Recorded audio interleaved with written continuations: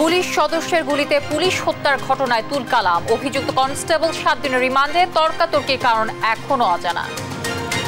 প্রস্তাবিত বাজেটকে মুনাফার বাজেট বলছে বিএনপি। লুটপাট করে কেউ পার পাবে না, বেনজির ইস্যুতে বললেন ওবায়দুল কাদের। এমপি আনার হত্যার ঘটনায় কসাই সিয়ামকে নিয়ে কলকাতা সিআইডি পুলিশের অভিযান।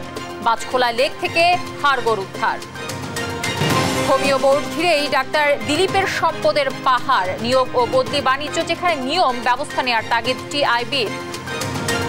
এবং টানা তৃতীয় দফায় প্রধানমন্ত্রী হচ্ছেন নরেন্দ্র মোদী। কিছুক্ষণের মধ্যেই শপথ। অনুষ্ঠানে উপস্থিত প্রধানমন্ত্রী শেখ হাসিনা সহ বিশ্ব নেতারা।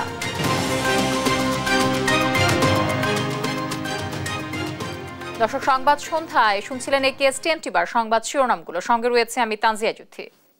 এবার জানাবো বিস্তারিত। রাজধানীর বাড়িধারা কূটনীতিক পাড়ায় ফিলিস্তিন দূতাবাসের পুলিশ বক্সের সামনে কনস্টেবল মনিরুল হককে গুলি করে হত্যা করেছেন আরেক কনস্টেবল কাউসার আহমেদ। কেন এই হত্যাকাণ্ড, এর কুল কিনারা এখনো করতে পারেনি পুলিশ। তবে ব্যক্তিগত ক্ষোভ থেকে এই হত্যাকাণ্ড বলে ধারণা করছে তারা। ঘটনার রহস্য উন্মোচনে এজন্য অভিযুক্ত কাউসার আহমেদকে জিজ্ঞাসাবাদের জন্য 7 দিনের রিমান্ডে পাঠিয়েছেন আদালত। বিস্তারিত জানাচ্ছেন আমাদের সহকর্মী শাহাদাত নিশাত।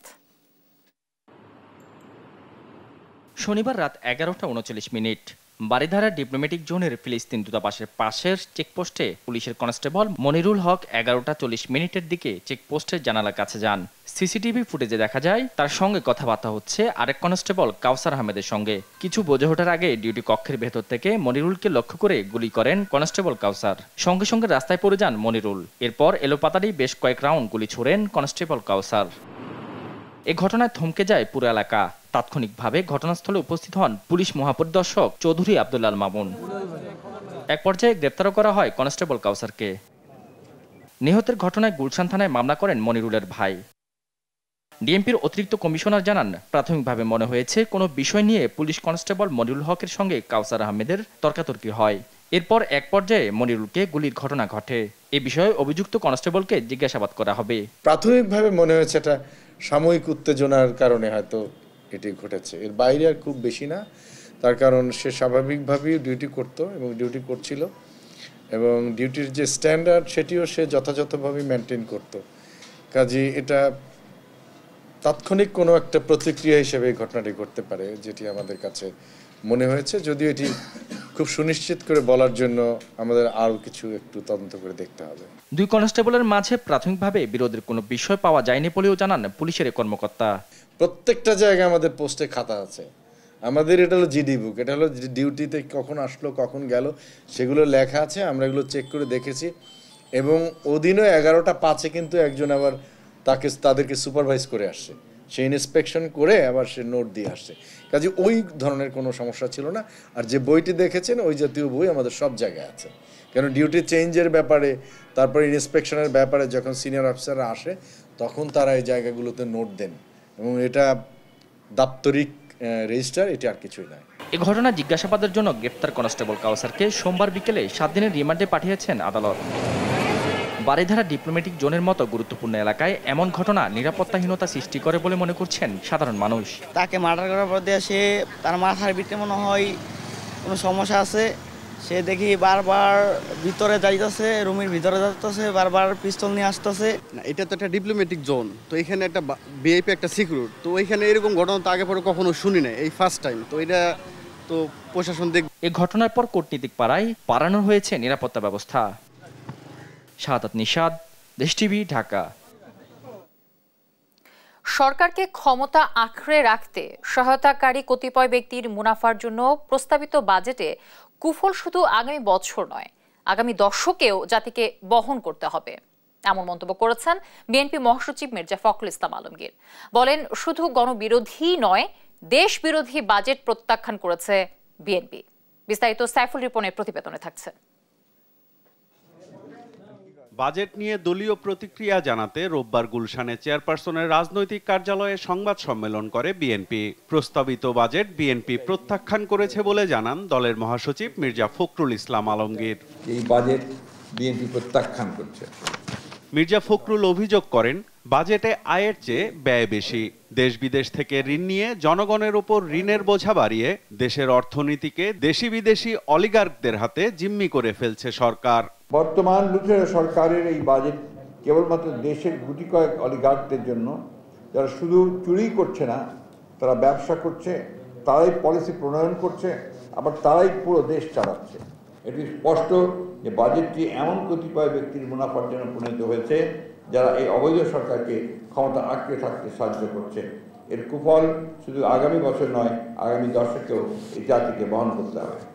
দেশ অর্থনৈতিক ও রাজনৈতিক মহাসংকটে নিপতিত বলেও মন্তব্য করেন বিএনপি মহাসচিব। চতুর্দিক থেকে সর্বগ্রাসী দুর্নীতি বাংলাদেশকে কবজা করে ফেলেছে। দেশ এক অর্থনৈতিক ও রাজনৈতিক মহাসংকটে নিপতিত। এর মূল কারণ সুশাসনের অভাব ও জবাবদিহীন মাফিয়া সরকার। মহাসংকট থেকে উত্তরণের একটাই উপায়, আর তা হচ্ছে এই মাফিয়া চক্রমিন চেপে বসে থাকা মাফিয়া সরিষার কবল থেকে দেশকে রক্ষা করা। সাংবাদিকদের প্রশ্নের জবাবে বলেন, বাজেট করতে বিএনপি ভিক্ষার ঝুলি নিয়ে ঘুরে বেরিয়েছে আওয়ামী লীগের এমন দাবি মিথ্যাচার ছাড়া আর কিছুই না। এটাতে আজকে এই বাজেট দেখেই আপনারা তো নিজেই বুঝতে পারছেন যে ভিক্ষার ঝুলিয়ে কারা দিচ্ছেন। ঘাটতি বাজেট তো বটে, সেই ঘাটতি মেটানোটা হচ্ছে ঋণ দিয়ে। একে বৈদেশিক ঋণ, আবার ডোমেস্টিক ঋণ। যে মানুষগুলো আপনার অলরেডি পড়ে গেছে খাদের মধ্যে, তাদের মধ্যে আপনার এই তথাকথিত বাজেটের হাতি চেপে বসেছে, তাদের কাছ থেকেও আপনার ঋণ নেওয়া হবে। সুতরাং এটা তার একেবারেই অযৌক্তিক, অহেতুক একটা মিথ্যা কথা বলে জাতিকে প্রতারণা করা ছাড়া আর কিছুই নয়। দেশ বাঁচাতে গণতন্ত্র ফিরিয়ে আনার বিকল্প নেই বলেও মন্তব্য করেন বিএনপি মহাসচিব। দেশে অবিলম্বে একটি জবাবদিহিমূলক সরকার প্রতিষ্ঠা করতে হবে। সাইফুল রিপন, দেশ টিভি, ঢাকা। পুলিশের সাবেক মহাপরিদর্শক বেনজির আহমেদ ও সাবেক সেনাপ্রধান আজিজ আহমেদ দুর্নীতি করে ছাড় পাবে না বলে জানিয়েছেন আওয়ামী লীগ সাধারণ সম্পাদক ওবায়দুল কাদের। সকালে দলের কেন্দ্রীয় কার্যালয়ে এক যৌথ সভায় একথা বলেন তিনি। ওবায়দুল কাদের বলেন, রাঘব বোয়ালদের লুটপাট বন্ধ করার জন্যই এবারের বাজেট। বাকিটা জানাচ্ছেন আমাদের সহকর্মী তৌফিক মাহমুদ পন্না। কেন্দ্রীয় নেতাদের সাথে ঢাকা মহানগর উত্তর দক্ষিণ জেলা আওয়ামী লীগ এবং সব সহযোগী সংগঠনের সভাপতি সাধারণ সম্পাদকদের যৌথ সভা আওয়ামী লীগের কেন্দ্রীয় কার্যালয়ে 23 বঙ্গবন্ধু এভিনিউতে এই সভা অনুষ্ঠিত হয়। সভাপতিত্ব করেন দলের সাধারণ সম্পাদক ওবায়দুল কাদের। সভায় শুরুতে কথা বলেন আওয়ামী লীগ সাধারণ সম্পাদক, বলেন বেনজির আজিজ আওয়ামী লীগের কেউ নয়, দুর্নীতি করলে কাউকে ছাড় দেওয়া হবে না। তা আমি এখানে বেনজিররা, তারপরে আজিজাম সেনা প্রধান ছিলেন, আজিজ সাহেবেরা, তারা দুর্নীতি করে কেউ ছাড় পাবেন না। শেখ হাসিনার তারা আওয়ামী লীগের লোক নয়, একজন পুলিশ অফিসার আর একজন সেনা অফিসার, তারা দুর্নীতি করছে। কথা হচ্ছে দুর্নীতি করে তারা পার পেয়েছে। বিএনপির আমলের সীমান্তে হত্যা বেশি হয়েছে উল্লেখ করে ওবায়দুল কাদের বলেন, রাঘব বোয়ালদের দুর্নীতি বন্ধ করতেই এবারের বাজেট। বেগম খালেদা জিও বলেছে সাদা করেন, তাহলে তারা বেগম খালেদা জিয়া, সাইফুর রহমান এখন মৃত মানুষ, মরহুম বলতে চাই না, তারাও তাহলে দুর্বৃত্ত। আর লুটপাটের জন্য রাঘব বোয়ালদের এই বাজেটটা করা হয়েছে রাঘব বোয়ালদের লুটপাট বন্ধ করার জন্য। প্রতিষ্ঠা বার্ষিকী উপলক্ষে আগামী 23 জুন সোহরাওয়ার্দী উদ্যানে আওয়ামী লীগ জনসভা করবে বলে জানান আওয়ামী লীগ সাধারণ সম্পাদক তৌফিক মাহমুদ মুন্না, দেশ টিভি, ঢাকা। এদিকে সাবেক আইজিপি বেনজিরের স্ত্রী কন্যারাও দুদকের তলবে নির্ধারিত সময় হাজির না হয়ে আইনজীবীর মাধ্যমে সময় চেয়ে আবেদন করেছেন। নির্ধারিত সময়ে হাজির না হওয়ায় আগামী 24 জুন তাদের পুনরায় তলব করেছে দুর্নীতি দমন কমিশন দুদক। মাজহারুল ইসলামের রিপোর্ট। একসময়ের প্রতাপশালী কর্মকর্তা বেনজির এখন নেতিবাচক খবরের শিরোনাম। একটা সময় সাবেক আইজিপির ক্ষমতার দাপটে ভীত সন্ত্রস্ত থাকত অন্যরা, সেখানে অবৈধ সম্পত্তি অর্জনের দায়ে তিনি এখন দুদকের জালে। দুদক বলছে, অনুসন্ধানের অংশ হিসাবে বেনজির এবং তার স্ত্রী সন্তানদের সংস্থাটিতে তলব করা হলেও কেউই নির্ধারিত সময়ে হাজির হননি। সময় চেয়ে আইনজীবীর মাধ্যমে আবেদন করেছেন তারা। নির্ধারিত সময়ে হাজির না হওয়ায় আগামী 23 ও 24 জন পুনরায় তাদেরকে তলব করেছে সংস্থাটি। সময় বৃদ্ধিকে অনুসন্ধান কার্যক্রমের অংশ বলছেন দুদক সচিব। অনেক সময় যখন কোনো ব্যক্তি উপস্থিত না হন, এটি কিন্তু পরবর্তী একটি তারিখ নির্ধারণ করে দেওয়া হয়। সব কেসের মতো এই কেসও তাই করা হয়েছে। এদিকে সময় চেয়ে আবেদনের কথা জানেন না খোদ কমিশনাররা। বেনজিরের সম্পত্তি অনুসন্ধানের কাজ নিয়ে গণমাধ্যম কর্মীদের এড়িয়ে চলছেন দুদক কর্তৃপক্ষ।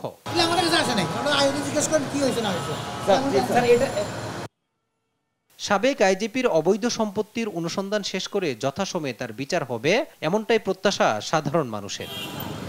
মাঝারুল ইসলাম, দেশ টিভি, ঢাকা। এমপি আনারুল আজিম আনার হত্যাকাণ্ডের অন্যতম সন্দেহভাজন সিয়াম হোসেনকে সঙ্গে নিয়ে কলকাতার খাল থেকে হাড়গোড় উদ্ধার করেছে পুলিশ। তবে ওই হাড়গোড় এমপি আনারের কিনা তা এখনো নিশ্চিত হওয়া যায়নি। আরো জানাচ্ছেন মাহমুদ হাসান। ঝিনাইদহ ৪ আসনের সংসদ সদস্য আনোয়ারুল আজিম আনার কলকাতায় নৃশংসভাবে খুন হন গেল মাসে। এই হত্যাকাণ্ডের পর তার মরদেহ উদ্ধারে নড়েচড়ে বসে দুই দেশের আইনশৃঙ্খলা বাহিনী। দফায় দফায় চলে অনুসন্ধান। দুই দেশের গোয়েন্দা বাহিনী মিলে চালায় যৌথ তল্লাশি। প্রথম দফায় গেল ২৮ মে কলকাতার নিউ টাউনের সঞ্জীভা গার্ডেন ফ্ল্যাটের সেপটিক ট্যাঙ্ক থেকে দেহাবশেষ খুঁজে পায় গোয়েন্দা পুলিশ। এরপর নেপাল থেকে গ্রেপ্তার করা হয় হত্যাকাণ্ডের অন্যতম আসামি সিয়ামকে। তাকে ভারতে আনার পর রোববার দেহাংশ উদ্ধার অভিযান চালানো হয়। কলকাতা পুলিশের সিআইডির নেতৃত্বে তল্লাশি চালানো হয় ভাঙড়ের সাতুলিয়া এলাকায় বাগজোলা খালে। এ অভিযানে উদ্ধার করা হয় বেশ কিছু হাড়। সিয়ামের দাবি এগুলো এমপি আনারেরই দেহের হাড়। তবে কলকাতা পুলিশ জানিয়েছে ফরেনসিক পরীক্ষা করার পরই নিশ্চিত করা হবে এ হাড় এমপি আনারের কিনা। আনার হত্যাকাণ্ডের উদ্দেশ্যে অপহরণের মামলায় ঝিনাইদহ থেকে আওয়ামী লীগ নেতা কাজী কামাল আহমেদ বাবুকে গ্রেপ্তার করেছে পুলিশ। ঢাকার আদালতে তার বিরুদ্ধে রিমান্ড আবেদন করা হলে 7 দিনের রিমান্ড মঞ্জুর করেন বিচারক। গেল 12 মে চিকিৎসার উদ্দেশ্যে কলকাতা যান এমপি আনার। 14 মে থেকে নিখোঁজ হন তিনি। এর কয়েকদিন পর আইনশৃঙ্খলা বাহিনী জানায় কলকাতায় তাকে হত্যা করা হয়েছে। মাহমুদ হাসান, দেশ টিভি, ঢাকা। ছিলেন হাসপাতালের 4র্থ শ্রেণীর কর্মচারী, বনে গেলেন হোমিও বোর্ডের চেয়ারম্যান। 5 দফা মেয়াদে 16 বছরেও ছাড়েননি চেয়ারম্যান পদ। দুর্নীতির প্রমাণ পেয়ে মন্ত্রণালয়ে চিঠি দিয়েও নাড়ানো যায়নি ডক্টর দিলীপ কুমারের চেয়ারম্যান পদ। হোমিও বোর্ডে কায়েম করেছেন পরিবারতন্ত্র। আইনকে বৃদ্ধাঙ্গুলি দেখিয়ে নিজের ইচ্ছাকেই নিয়মে পরিণত করেছেন ডক্টর দিলীপ। চেয়ারম্যান পদের বৌদলতে বনে যান প্রায় 1000 কোটি টাকার মালিক, করেন স্বর্ণ হীরার ব্যবসা। দর্শক, অনুসন্ধান প্রতিবেদনের আজ থাকছে দ্বিতীয় পর্ব। বাকিটা জানাচ্ছেন আমাদের সহকর্মী ফখরুল ইসলাম।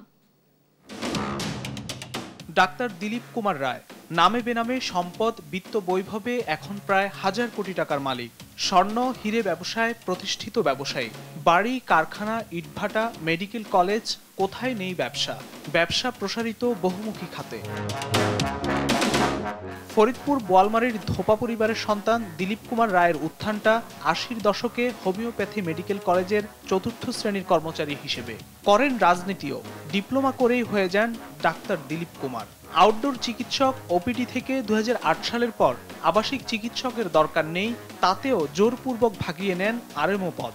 ছাপোষা চিকিৎসক থেকে প্রভাবের 16 কলা পূর্ণ করে এক লাফে বসেন হোমিও বোর্ডের চেয়ারম্যান পদে। তিনি তার পদ পদবি এবং রাজনৈতিক পরিচয় দিয়ে তিনি হোমিওপ্যাথিক বোর্ডের চেয়ারম্যান হয়েছেন। তার এই 30টা কলেজের অনুমোদনের সময় একটা অবৈধ অর্থ উপার্জন, যে এতজন লোক লাগবে সে এর চেয়েও বেশি লোক নিয়োগ দিয়ে ওদের থেকে একটা অবৈধ অর্থ তিনি নিয়েছেন বলে আমরা জেনেছি। 3 বছর মেয়াদী বোর্ড হলেও ডাক্তার দিলীপের চেয়ারম্যান পদের মেয়াদ আজও সদরূপে বহাল। প্রথমেই নিজ নামে ফরিদপুর বোয়ালমারীতে প্রতিষ্ঠা করেন ডাক্তার দিলীপ রায় মেডিকেল কলেজ হাসপাতাল। এখানে নিয়ম নীতির তোয়াক্কা না করেই সরকারি অনুদান 4 দফায় নেন 1 কোটি টাকারও বেশি। অভিযোগ আছে দেশের বিভিন্ন মেডিকেল কলেজে মোটা অঙ্কের বিনিময়ে সরকারি অনুদান বরাদ্দ দিতেন চেয়ারম্যান দিলীপ কুমার। দিলীপ কুমার হোমিও বোর্ডের চেয়ারম্যান হয়ে বোর্ডের অধীনস্থ এই হোমিওপ্যাথি মেডিকেল কলেজ হাসপাতালের সরকারি বেতনভোগী আবাসিক চিকিৎসকের চাকরি করেন। তবে এখানেও রয়েছে বিস্তর অনিয়ম। একদিনের জন্য হাসপাতালটিতে যাননি, করেননি হাজিরা খাতায় স্বাক্ষর। তবে বছরের পর বছর মাসিক ৫৫,০০০ টাকা নিয়েছেন। শুধু তাই নয়, প্রভাব দেখিয়ে টানা ২ বছরের জন্য বেতনভুক্ত ছুটিও নেন। সরকারি চাকরির বয়সসীমা সর্বোচ্চ ৩৫ বছর। এই নিয়ম মেনে হোমিওপ্যাথি বোর্ডে প্রধান পরীক্ষা নিয়ন্ত্রক পদে নিয়োগের বিজ্ঞাপনও দেয়া হয়। কিন্তু ৪৬ বছর বয়সী ডাক্তার শহীদুল ইসলামকে নিয়ম ভঙ্গ করে চাকরি দেন ডাক্তার দিলীপ। পরে মন্ত্রণালয় নিয়োগে অনুমতি না দেয়া সত্ত্বেও পরীক্ষা নিয়ন্ত্রককে বহাল তবিয়তে রেখে দেন। এছাড়া সহকারী কন্ট্রোলার পদে তারিকুজ্জামান সোহেল নামের একজনকে চাকরি দেওয়ার কথা বলে তাকে ৭ বছর ধরে বোর্ড থেকে ৩০,০০০ টাকা বেতন দেওয়া হয়। কিন্তু মন্ত্রণালয় বেঁকে বসায় সহকারী কন্ট্রোলার পদ তৈরি করতে না পেরে তারিকুজ্জামানকে বিদায় দিতে হয়।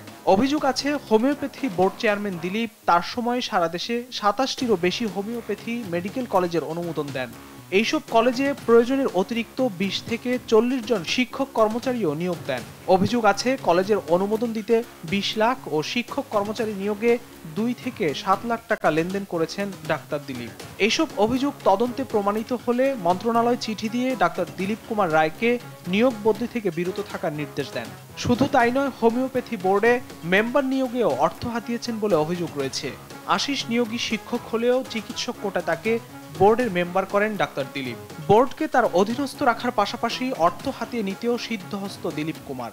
ওনার কলেজ দেওয়া বা ওনার নিয়োগ দেওয়া, বোর্ডের স্টাফ নিয়োগ, সমস্ত কিছুতেই ওনার অনিয়ম পাহাড় সমান। যেমন অনেকেই বলে এখানে কোটি কোটি টাকার বাণিজ্য হয়েছে। এই বাণিজ্য ছাড়া এগুলি কেন করবে? এবং উনি আসার পর থেকে আজ পর্যন্ত হোমিওপ্যাথি একটা ধ্বংসের দ্বার প্রান্তে, খাদের কিনারায় দাঁড়ায় আছে। প্রত্যেকটা নিয়োগে থেকেই কেন দিয়েছে এটা আমরা হয়তো অবুঝার নেই, কারণ বড় অঙ্কের অর্থ লেনদেনের মাধ্যমে হয় এবং পাওয়ার অপব্যবহার করে আজকে সে বারবারই বোর্ডের চেয়ারম্যান এবং সামনে যে কাউন্সিলর আবারও সে পায়তারা চলছে যে আবারও সে পূর্ণাঙ্গ টিম নিয়ে চলে আসার জন্য আমাদের হোমিওপ্যাথিকে ধ্বংসের ধার প্রান্তে নিয়ে চলে। হোমিওপ্যাথি বোর্ড নিজের পারিবারিক বোর্ডেও পরিণত করেছেন ডাক্তার দিলীপ কুমার। বোর্ডের সহকারী রেজিস্ট্রার পদে নিয়োগ দিয়েছেন নিজের ভাতিজা অমিত রায়কে। আরেক ভাতিজা ডাক্তার প্রদীপ রায়কে আইনানুগ অভিজ্ঞতা না থাকা সত্ত্বেও ভারপ্রাপ্ত উপাধ্যক্ষ বানিয়েছেন নিজের হোমিও মেডিকেল কলেজে। ২০২৩ সালে হোমিও বোর্ড ভেঙে বাংলাদেশ হোমিওপ্যাথি চিকিৎসা ও শিক্ষা কাউন্সিল গঠন হলে দিলীপ কুমার এখানেও নির্বাহী চেয়ারম্যান। দিলীপ কুমারের এত সব অনিয়ম আর দাপটের আলাদিনের চেরাগ নাকি তার রাজনৈতিক অবস্থান। এসব অভিযোগের বিষয়ে জানতে চাই ডাক্তার দিলীপ কুমারের কাছে। আমার দুর্নীতি কোথায়? হোমিওপ্যাথি বোর্ডের বাজেট হলো ৪ কোটি টাকা। যদি টাকা নিয়ে নিয়োগ দেয়, মাগনা দেয়, মেধায় দেয়, এটা তো ডিসি দেবে। আমি নিয়োগ করতাম না। আমাকে যেটা বলছে যে অনেক আইন ছিল না, শিক্ষকদের বেতন কেন দিলাম আমি? সেই কলেজে আমার ভাতিজা, তার যদি শিক্ষাগত যোগ্যতা ঠিক থাকে, তার লেখাপড়া ঠিক, 10 বছর হয়নি শিক্ষকতার অভিজ্ঞতা লাগে না, তো সে তো প্রভাষক। ট্রান্সপারেন্সি ইন্টারন্যাশনাল বাংলাদেশ টিএবির নির্বাহী পরিচালক ইফতেখারুজ্জামান জানান, দুর্নীতির আশ্রয়ে এমন অর্থবিত্তের বিষয়টি সংশ্লিষ্ট কর্তৃপক্ষকে খতিয়ে দেখা উচিত। এই ধরনের উত্থানটা ঘটেছে, বিশেষ করে রাজনৈতিক প্রভাব, দলীয় রাজনৈতিক প্রভাব এখানে একটা মুখ্য ভূমিকা পালন করেছে। পুরো প্রাতিষ্ঠানিক প্রক্রিয়াকে এক ধরনের জিম্মি করে এই ঘটনাগুলো ঘটেছে। এবং এই ক্ষেত্রে যেহেতু রাজনৈতিক দলীয় রাজনৈতিক প্রভাবের একটা সুনির্দিষ্ট তথ্য আছে, সেই কারণেই দুদক এটা এভাবে বিষয়টি নিয়ে যথাযথ প্রক্রিয়া অনুসরণ করতে ব্যর্থ হয়েছে কিনা, ঘাটতি সৃষ্টি করেছে কিনা, সেটাও কিন্তু দুদকেরও এই প্রশ্নের জবাব দেওয়ার জন্য দায়বদ্ধ বলে আমরা মনে করি। একই সঙ্গে রাজনৈতিক পরিচয়ে কোনো দুর্নীতি হলে সেই বিষয়টিও নজরে আনার তাগিদ দেন ডক্টর ইফতেখারুজ্জামান। ফখরুল ইসলাম, দেশ টিভি, ঢাকা। সংবাদ সন্ধ্যায় আরো যা থাকছে। টি-20 বিশ্বকাপে আজ ভারত পাকিস্তান মহারণ। সুপার সানডেতে মর্যাদার লড়াইয়ে জিততে মরিয়া দুই দল।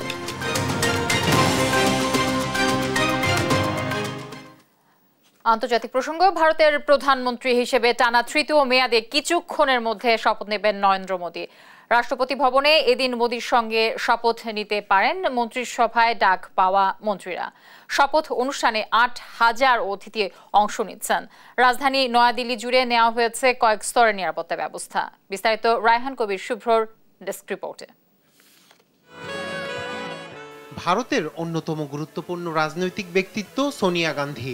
রাজনীতিতে আত্মপ্রকাশের পর অনেকেই তাকে বিদেশিনী বলে করেছিলেন আক্রমণ। তবে গান্ধী পরিবারের রাজনীতির রাশ শক্ত হাতে দীর্ঘদিন সামলেছেন তিনি। জন্মসূত্রে ইতালিয়ান হলেও ভারতের রাজনীতির একাধিক টুইস্ট অ্যান্ড টার্ন এসেছে তাঁর হাত ধরেই। 1999 সালে প্রথমবার লোকসভার সদস্য হিসেবে নির্বাচিত হয়েছিলেন সোনিয়া গান্ধী। এরপর থেকে টানা 25 বছর লোকসভার সদস্য হওয়ার পর এই প্রথমবার রাজ্যসভার সদস্য হিসেবে সংসদে গেছেন তিনি। কংগ্রেসের সংসদীয় দলের চেয়ারপারসন হিসেবে পুনর্নির্বাচিত হয়েছেন জাতীয় কংগ্রেসের সাবেক এই সভানেত্রী। স্থানীয় সময় শনিবার সংসদের সেন্ট্রাল হলে কংগ্রেসের সংসদীয় দলের বৈঠকে কংগ্রেস চেয়ারপারসন হিসেবে সোনিয়া গান্ধীর নাম ঘোষণা করেন দলটির সভাপতি মল্লিকার্জুন খার্গে। এরপর সেই প্রস্তাবে সম্মতি জানান বৈঠকে উপস্থিত কংগ্রেসের সদস্যরা। সংসদীয় কমিটির বৈঠকে সোনিয়া গান্ধীর পাশাপাশি উপস্থিত ছিলেন রাহুল গান্ধী, প্রিয়াঙ্কা গান্ধী, মল্লিকার্জুন খার্গে, শশী থারুর, অধীর চৌধুরী সহ কংগ্রেসের সকল সংসদ সদস্যরা। এদিন কংগ্রেসের ওয়ার্কিং কমিটির বৈঠকে ইন্ডিয়া জোটের শরিকদের বিভিন্ন রাজ্যে ভালো ফল করার জন্য ধন্যবাদ জানিয়েছে কংগ্রেস। থ্যাংক ইউ, জয় হিন্দ। কংগ্রেসের শীর্ষ নেতৃত্ব যখন বঙ্গবিরোধী শিবিরের ভালো ফলের জন্য তৃণমূলের প্রশংসা করেছেন, তখন বহরমপুরের হারের জন্য মমতাকে দায়ী করেন অধীর চৌধুরী। বহরমপুরের যে নির্বাচন হয়েছে, এই নির্বাচনে আমার জয় নিশ্চিত ছিল। আমাকে হারানোর জন্য মমতা ব্যানার্জি আজ যে জঘন্য ষড়যন্ত্র করলেন, তাতে আমি হারতে পারি, কিন্তু আমার রাজনীতি, আমার ভাবনা, আমার আদর্শ হারিয়ে যাবে না। এদিকে গুছিয়ে আনা হয়েছে নরেন্দ্র মোদীর শপথ গ্রহণ অনুষ্ঠানের সব আয়োজন। এই অনুষ্ঠানে যোগ দিতে এরই মধ্যে দিল্লিতে পৌঁছেছেন বাংলাদেশ সহ বিভিন্ন দেশের রাষ্ট্র ও সরকার প্রধান। তবে মোদীর শপথ অনুষ্ঠানে অংশ নেবে না তৃণমূল কংগ্রেস। শনিবার লোকসভার তৃণমূল কংগ্রেসের নবনির্বাচিত সদস্যদের সঙ্গে বৈঠকে এই কথা বলেন দলটির নেত্রী ও পশ্চিমবঙ্গের মুখ্যমন্ত্রী মমতা বন্দ্যোপাধ্যায়। আমি এখন দিল্লি যাচ্ছি না। मैं सॉरी, हम ए जो गवर्नमेंट पूरा अनडेमोक्रेटिकली, अनकॉन्स्टिट्यूशनली, इलीगली गवर्नमेंट बना रहा है, हम उसको शुभकामना नहीं दे सकता है। I am sorry for that. New government ultimately ইন্ডিয়ারই হবে, বাট যে কতদিন থাকে একটু সামলাতে দিন, একটু দেখতে দিন নিজেদের কাকে কতটা সন্তুষ্ট রাখতে পারছে। অচিরেই কেন্দ্রের ক্ষমতা কংগ্রেসের হাতে চলে যাওয়ার যে ইঙ্গিত দিলেন মমতা বন্দ্যোপাধ্যায়, তা দিবাস্বপ্ন না বাস্তব, তা দেখতে করতে হবে অপেক্ষা। রায়হান কবির শুভ্র, নিউজ ডেস্ক, দেশ টিভি। দর্শক, এবার মিনিস্টার গুগল টিভি টি20 বিশ্বকাপ প্রসঙ্গ।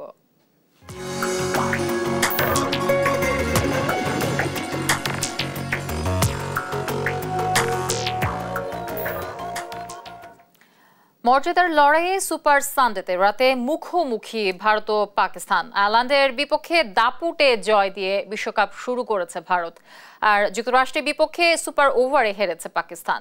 শক্তি, সামর্থ্য ও পরিসংখ্যানে ভারতই ফেভারিট। নিউ ইয়র্কের নাসাউ কাউন্টি আন্তর্জাতিক ক্রিকেট স্টেডিয়ামে ম্যাচ শুরু বাংলাদেশ সময় রাত 8:30টায়। রিফাত আনসুমের ম্যাচ প্রিভিউ। বিশ্ব ক্রিকেটের সবচেয়ে হাই ভোল্টেজ দ্বৈরথ ভারত পাকিস্তান ম্যাচ। দুই দলের লড়াই দেখতে মুখিয়ে থাকেন গোটা বিশ্বের ক্রিকেট প্রেমীরা। তবে রাজনৈতিক উত্তেজনার কারণে দ্বিপক্ষীয় সিরিজে মুখোমুখি হয় না এই দুই প্রতিবেশী। এখন দুই দলের মহারণ কেবল দেখা যায় আইসিসির বৈশ্বিক ইভেন্টে। এবার বিশ্বকাপের মঞ্চে মাঠে নামছে দুই দল।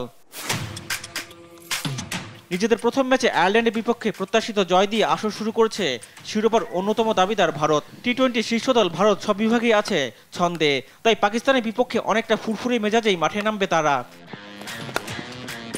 ওপেনিংয়ে রোহিত শর্মা, বিরাট কোহলিরা ভারতকে উড়ন্ত সূচনা এনে দিতে পারেন।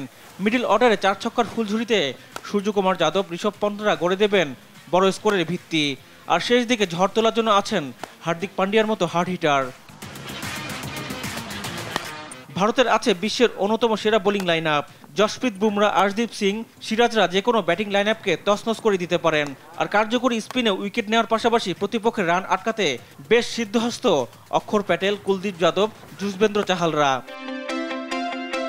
অন্যদিকে পাকিস্তানের অন্যতম দুশ্চিন্তার কারণ ব্যাটারদের বাজে ফর্ম। প্রথম ম্যাচে যুক্তরাষ্ট্রের বিপক্ষে বাবর আজম আর সাদাব খান ছাড়া সেভাবে রানের দেখা পাননি কেউই। ভালো শুরুর জন্য অভিজ্ঞ ফখর জামান, মোহাম্মদ রিজওয়ানদের ব্যাটের দিকে তাকিয়ে থাকবে ম্যানেজমেন্ট, আর শেষ দিকে স্লগিং করার জন্য প্রস্তুত থাকবেন ইফতেখার সাদাবরা। ইনজুরি থেকে সেরে উঠেছেন অলরাউন্ডার ইমাদ ওয়াসিমও। তার ফেরা পাকিস্তানকে আরও শক্তিশালী করবে। বোলিংয়েও ভারতের হচ্ছে খুব একটা পিছিয়ে নেই পাকিস্তান। গতি আর সুইংয়ের দারুণ প্রদর্শনীতে প্রতিপক্ষ ব্যাটারদের ঘুম কেড়ে নিতে বেশ পারদর্শী শাহিন শাহ আফ্রিদি, হারিস রৌফ, নাসিম শাহ, মোহাম্মদ আমিররা। তবে প্রথম ম্যাচে প্রত্যাশিত ঝলক দেখাতে পারেনি তারা, তাই এই ম্যাচে ভারতকে হারাতে বেশ শক্ত পরীক্ষায় দিতে হবে পাকিস্তানকে। রিফাত আঞ্জুম, দেশ টিভি, স্পোর্টস ডেস্ক। অর্থঋণ আদালতের মামলা দ্রুত নিষ্পত্তি করতে প্রয়োজনে আদালত বাড়ানো হবে, জানিয়েছেন আইনমন্ত্রী আনিসুল হক। রোববার সকালে রাজধানীর বিচার প্রশাসন প্রশিক্ষণ ইনস্টিটিউশনে যুগ্ম জেলা জজদের ১৬তম অরিয়েন্টেশন কোর্স উপলক্ষে আয়োজিত সেমিনার শেষে সাংবাদিকদের প্রশ্নের উত্তরে তিনি একথা বলেন দুদক স্বাধীনভাবে কাজ করছে। সরকারি চাকরিজীবী কেউ দুর্নীতি করলে তাদের ছাড় দেওয়া হবে না। যারা দুর্নীতি করে অভ্যস্ত তাদের বিচারের আওতায় আনা হবে বলেও জানান আইনমন্ত্রী। এই সময় তিনি ঋণ খেলাপির মামলা দ্রুত নিষ্পত্তির আহ্বান জানান। অলরেডি দেওয়া আছে এবং প্রয়োজন হলে ৫টা বাড়ানোর ব্যাপারে প্রস্তাব দেওয়া আছে এবং ইনশাল্লাহ সেই প্রস্তাব মতো 5টা বাড়ানো হবে। ঢাকায় 3টা এবং সারা বাংলাদেশে চিটাগংয়ে 2টা। আরও যদি দরকার হয় তাহলে পরে আরও আদালত বাড়ানো হবে। এই অর্থঋণ আদালতে যে মামলা আছে সেইগুলি দ্রুত নিষ্পত্তি করার জন্য সকল প্রকার ব্যবস্থা করা। সংবাদ সন্ধ্যায় আরও যা থাকছে। কোম্পানিগুলো ইচ্ছে মতো ওষুধের দাম বাড়াতে পারবে না। কর্মস্থলে চিকিৎসককে না পাওয়া গেলে বরখাস্ত, জানালেন স্বাস্থ্যমন্ত্রী। চলছে চতুর্থ ধাপের উপজেলা নির্বাচনের স্থগিত নির্বাচনের ভোট গণনা, অপেক্ষা ফলাফলের। দর্শক, সবশেষ খবর জানাতে বাগেরহাট থেকে সরাসরি যুক্ত হচ্ছেন সহকর্মী এস সোহান যুক্ত হয়েছেন নিশ্চয়ই আমার সাথে। সোহান, ভোট গণনা শেষ, আসলে ফলাফলের কি অবস্থা? ফলাফল কি ঘোষণা শুরু করেছে কিনা, কি খবর আছে আপনার কাছে, আমাদের দর্শককে জানাবেন।